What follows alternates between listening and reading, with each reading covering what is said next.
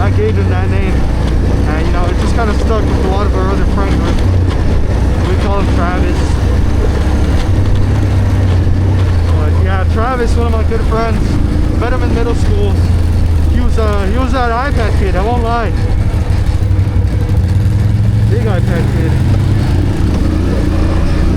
And I myself was a tablet kid. You know, he was rich enough to have an iPad. I had a tablet. It was a Samsung, so you know, not poor, but I had a tablet. And I also had a little phone, a hand-me-down phone that my dad gave me. It was an LG G4, I believe. But yeah, he gave me that phone, and I used that phone for a good while. But anyways, back to the main story. I was in middle school, and you know, I was already playing Geometry Dash before then. At least for a solid year, I started playing on my tablet, and then I downloaded it on that phone. So overall, it performed a lot better. I would play Geometry Dash on that phone, and I was decent at it. I was pretty decent. You know, I had already knew about demons, a lot of stuff like that. I hadn't beat a demon yet, but I knew about them. I was knowledgeable. Most of the main levels I had already beaten as well. But yeah, he was good. He had beaten all the demons already. He was playing Conical Depression, actually. I think he was playing Conical Depression in the lunch line. I was standing right behind him, and I saw he was playing Geometry Dash in the lunch line. I was like, "Hey, you playing Geometry Dash?" He was like, "Yeah, man." Yeah, a little nerd voice. I won't lie. He was a white kid with glasses, so you know, white kid, glasses, holding an iPad. Yeah, you know how that goes. But anyways, yeah, I asked her, "Hey, you playing Geometry Dash?" She was like, "Yeah, I'm playing Geometry Dash." I was like, "Oh, what you playing?" So I'm playing a level called Conical Depression. I was like, "Conical Depression? What the fuck? I ain't never heard of that one before." She showed me, and yeah, it was a really hard level.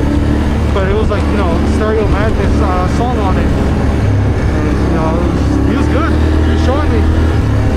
Ever since that day, I mean, we became good friends at middle school. Unfortunately, I had to move in the 6th grade, I think. Literally starting out, we knew each other for that whole time, but unfortunately, I had to move. And I moved to Arizona, and at one point, I came back, and I was like, "Hey, man, where you been?" We kind of lost contact during then. And I ended up finding contact through Google Plus, of all things. I mean, Google Hangouts, you remember that? I ended up finding him on that, and I shot him an email hoping that he would respond. And sure enough, he still used it. And, you know, we linked up to Discord after that, and we just kept in touch through there. Discord. Yeah, ever since then, I haven't seen him since then. I've always wanted to, but mode of transportation to where he lives, it's been a little rough. You know, right now I live in Arizona, he lives in Nevada, and every time I visit Nevada, it's not really, our schedules don't match up, but hopefully the next time I go, he works at a Cane's over there. And I plan on going to his Cane's and ordering a big Caniac. We'll make him put extra fries in there. No slaw, extra toast.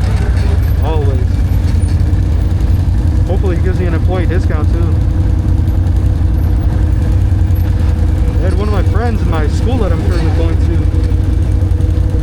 That guy has since graduated, but he worked at Cane's, and he was telling me how one time a guy had dipped his balls in the cane sauce. And I was just blown away at what he had just said. Well, there's a big rock there. See if we can avoid it.